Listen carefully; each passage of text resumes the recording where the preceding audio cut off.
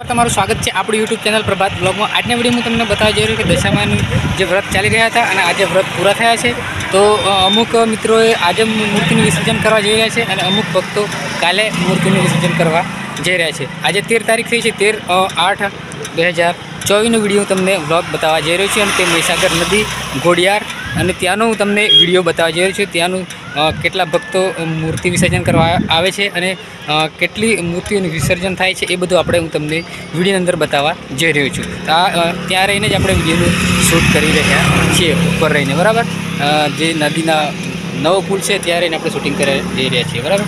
એ પાછળની સાઈડમાં તમે જોઈ શકો તો બધા મિત્રો જે અમુક ભક્ત છે મૂર્તિનું વિસર્જન કરવા આવી રહ્યા છે। તો ચલો આગળ જઈને હું તમને પૂરેપૂરો વિડીયો બતાવું, મળીએ આગળ।